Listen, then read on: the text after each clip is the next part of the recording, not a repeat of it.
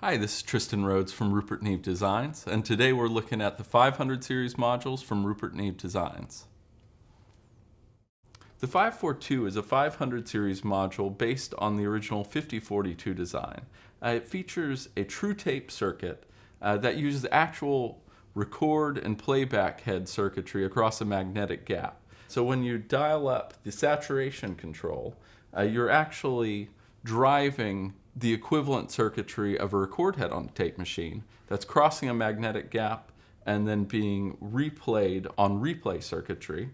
And then what we've added in the 542 is when the drive level hits a level 5, it actually introduces a soft clip.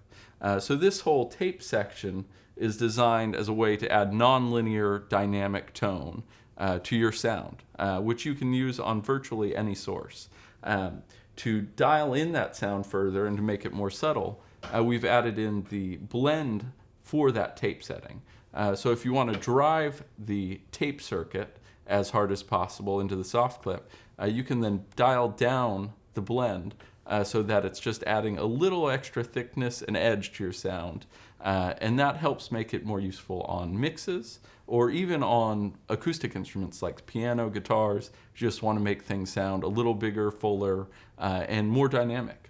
Often people will use these ahead of their mastering compressors to add that tonality to the sound before the dynamic range gets limited. Also included in the 542 is the variable silk and texture control.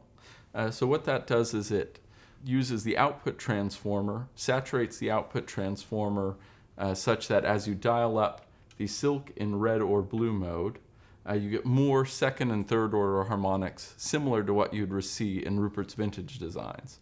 Now the difference between these two controls is that the silk and texture controls tend to be more linear in nature, and the tape circuit tends to be very nonlinear in nature. So you can play with the combination of this linear harmonics for the most part and nonlinear harmonics to add a more vibrant sound.